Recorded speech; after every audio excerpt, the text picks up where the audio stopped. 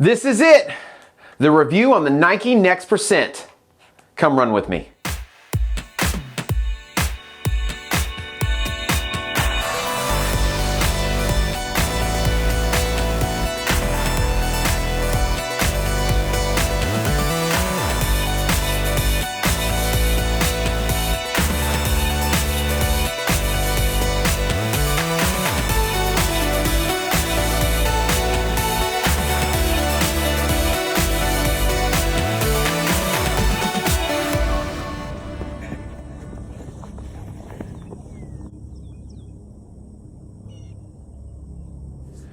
And welcome back to another episode of Running with James. It's so good to be here with you again. We're back again with another shoe review. This time, we are reviewing the Nike Next Percent. This is Nike's newest, greatest, fastest shoe specific to long distance marathon running that is out there. So this shoe right here is kind of a compilation of the last few years of all of Nike's just technology, from the ZoomX foam to the carbon fiber plate to the super light uppers. This thing is supposed to be everything you need to go as fast as you possibly can go. In fact, this shoe right here has created so much controversy that there's a lot of people out there that are saying that it's an unfair advantage. And so we wanted to jump into this thing and see, really why does it make it an unfair advantage? Is it really that great of a shoe? Is it that amazing? And so we're gonna jump into this thing today and break it down from head to toe. Does it really make you faster? Does it make you run better, or does it correct your form? What does it do? Why is this shoe so amazing? And then, is it worth the price tag? Okay guys, so let's get started with this upper. And so Nike is touting that this is their lightest and most water resistant and water repellent and water absorbing material they've ever put together. They're calling this their vapor weave material. And so basically it's a mesh ripstop. It has stretch in it, and so I will tell you that it is definitely breathable. It is very thin, so if you put your hand in here, you can actually see your hand through. I don't know if you guys can really see it, but you can see just how thin it is, and so it makes for a very cool, very breathable shoe. In fact, I wore this past weekend for a race, and after putting it on, I forgot it's almost like you don't even feel like you're wearing it anymore. It's so light, and so I believe they saved a lot of weight by switching from that Flyknit material to this vapor weave.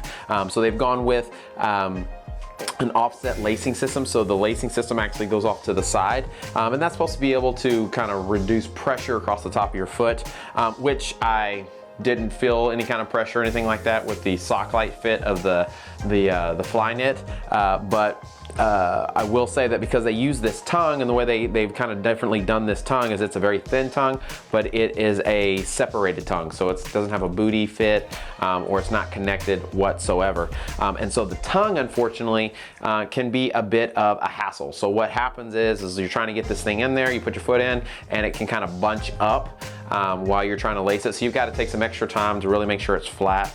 And so maybe if it was regular straight across the front, maybe you would feel that and there could be some pressure points, but after working with a little bit, was able to get that just fine. In the heel as well, they've removed quite a bit of padding that was around the heel collar, and so they've actually just kind of added kind of like it feels like a little plastic piece of material that's in here to kind of help it hold its shape. And then what they've done is they've actually added in this little black collar with some padding in here, which is supposed to be kind of an Achilles protector and then help lock in that heel. And it does exactly that. So when I first got the shoe, I thought maybe I would have to size down a little bit because this is a 10.5. I normally wear a 10.5, but because I felt like my heel was going to slip right out of this thing. But once I locked it down and once I started moving, my heel didn't go anywhere. And I believe that this collar, it's a very comfortable collar, actually helps with that drastically. All right, so next let's get into the midsole. And so on our midsole, we have, is really we're going to talk about the stack height and really the technology that goes into that midsole. And so on a stack height, we actually have a 4mm heel, and then we have a 32mm in the forefoot. So that's an 8mm drop. So from heel to toe, 8mm. So a little lower than it was last year. I think it was like a 10% millimeter drop, or 10%, a 10mm drop on the Nike 4%. But this one actually is a little lower, so more of a racing flat feel. And I actually liked it. I thought I really dug that and liked that how that feeling, especially since it is so tall. So they've actually added 15% more of the ZoomX foam, so to make it a little more padded. And what they've done is they've added that foam, what appears to be in that forefoot. And so I really dug the cushion on it. It's very, very plush. You put it on and it's very bouncy, very, very bouncy. And in this midsole, what they have done is right about where this line is going down the center of the midsole from the heel all the way to the toe, they put in a carbon fiber plate.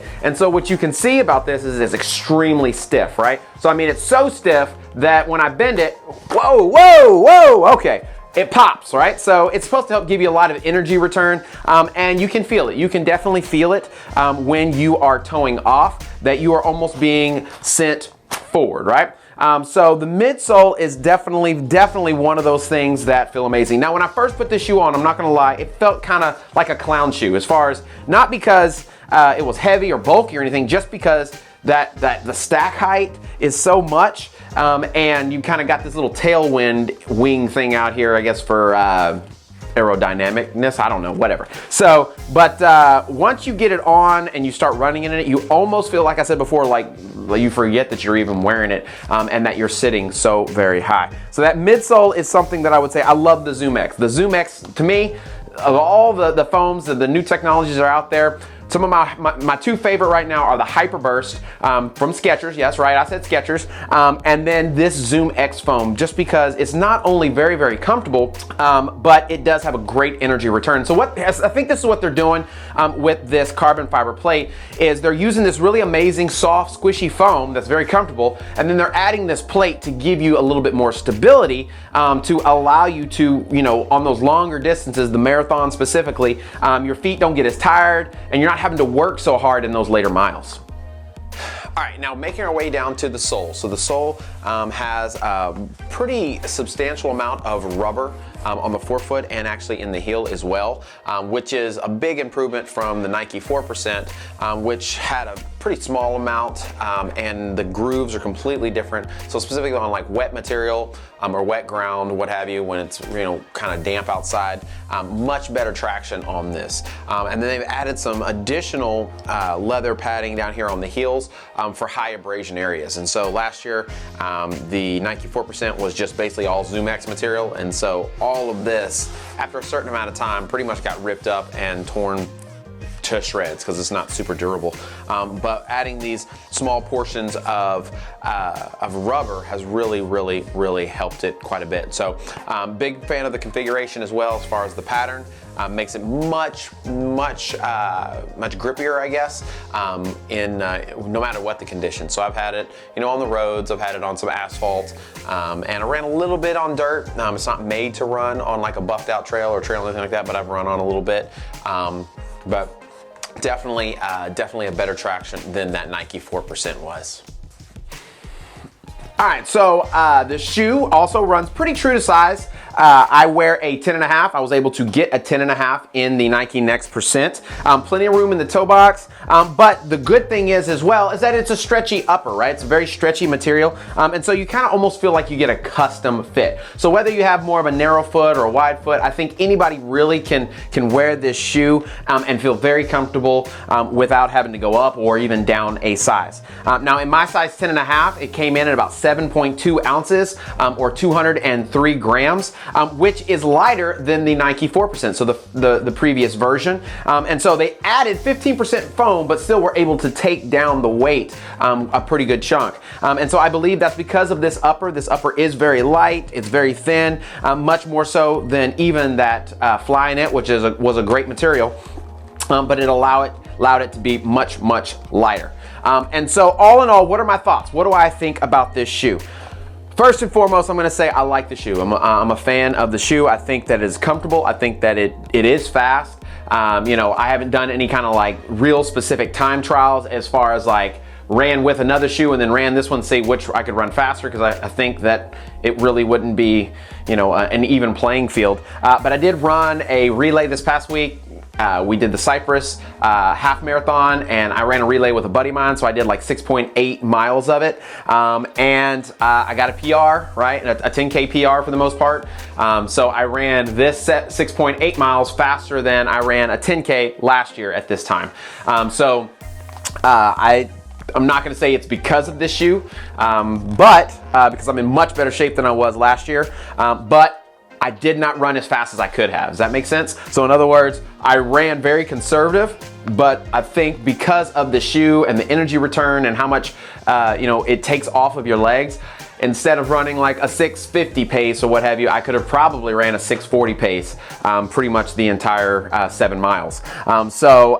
I feel honestly, because I went ahead and did the second half of the relay with my wife to kind of pace her because she had a goal she wanted to hit, I feel like I could have ran that entire half marathon at a 640, 645 pace with this shoe. That's how good I felt on legs, so with this particular shoe. So I do believe, maybe it doesn't necessarily make you faster, but I do believe that if you have fairly decent running form, it makes you more efficient. So that means you don't have to work as hard to go as fast. So it does have a $250 price point on it though, and so you've got to kind of ask yourself the question, is it worth it? And maybe that's what you want to know. James, is $250 worth paying for this particular shoe?